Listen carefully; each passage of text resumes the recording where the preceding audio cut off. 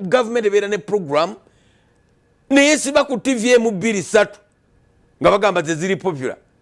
ebi ne bituuka mu bantu ng'abantu tebabiwuliranga nako nga TV ezirabibwa abantu zisoloti mwazirabidde kati muli eyo mulwana ne immunization vaccination abantu bagamba nedda abaana baffe temba because you didn't sensitize the people muli eyo ate kati ffe tubawulereza nedda abantu government policy ebeere government mwe mukozesa kifuba tugenda kugalawo amasomero nedda senga ekintu mwalimu abantu mukibasomesezza bandi badde bakiwerukaminga kati census ejja abantu n'ekigamba abamu tebakiwulira mulowooza okuba muli mu office nga kyomukolako from morning up to evening mulowooza buli muntu amanyi census kitegeeza olwokuba mwagikola 10 years ago you think everybody knows census zijja abantu bagenda kweggalirayo mu nnyumba bagambe lwaki batubala bagatuwa butwa NRM yagala okwewandiisa abantu nga tebabitegedde mugenda bawulira mwogeza arrogance mungi mwogeza obutamanya effutwa n'effubitizi n'ettima mulemeddwa okwerowoozako nga mmwe abantu nakugamba nti okufumitiza nsonga ya bwongo success and fair based on izo nandirya kyogenda okwogera kigatako bakitoolako minisita Kasolo avuddeyo n'agamba kimala tukooye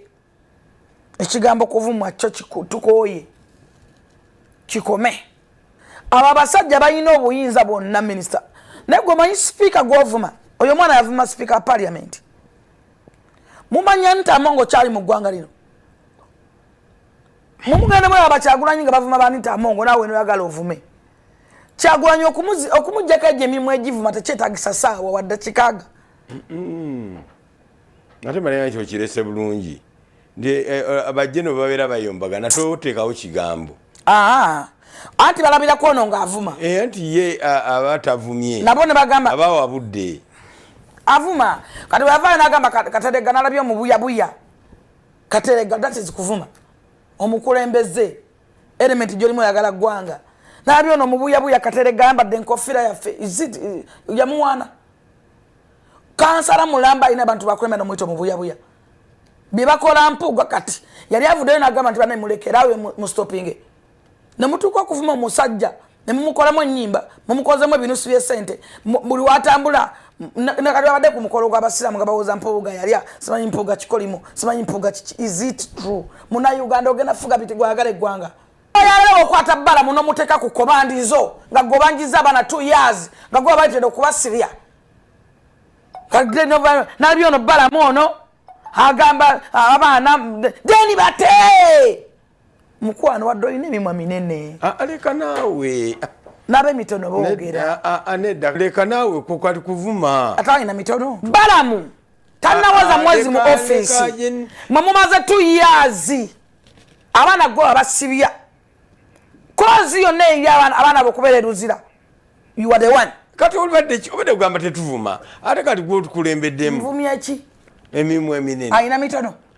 gwe kati nalabye ono balamu agamba mbu bakwatakwata baana nga kati deni bate waki kikulu mu basi business lwaki kyabalumye ennyo waki muwandika ne lisiti n'abataliiyo abaana abendi bali mu makomera bavunza abaana abandekoledde abaleka bakazi baabwe because of you tosaana kukkiriza nti gwe kozi y'abaana abaafa lwaki kati weeyogeza mbu walidde n'abannanyini bantu abaafiirwa kyakutuddemu oli muswavu tolina kyogamba ggwanga Kawume yafiira mu mmotoka yo eyali emmanduzo yo era wamuwidde nga yeeyogera bannange ekintambuza muswavu savu ekintambuza nabannange nze mundaba ekintambuza amanya ayogeza arrogance ekintambuza nze mba mpawabira Museveni nze kkooti za wano tezikola nze mu kkooti zonna mugisizaako obuyambi Uganda era tebakyagiwa buyambi n'omutunuulira omutwe bannange okuzaalibwa omusiru afudde asinga tozaalanga omwana ng'oli mu buyabuya mwana muleke eggwanga lyagala okukulembera abantu bagisizaako obuyambi n'okyewaniramu oyagala kusanga bafu ekyo sobola n'okudda mu public n'okyogera kyesigalize ba mu kakiikoko ebyo tebabyogera kati gwe nobolesibwa ekyabuto kyabuta nobolesibwa ekyabuto sobola buwakwa ekyakuwanguza kyeddondo kankyogere nakyo yali NRM balumumba ne bannamanja bakuteekamu ssente ne kantiti ne bamuwa ssente bagala kuba besigye amawulire bagala FDC eva ekyaddongo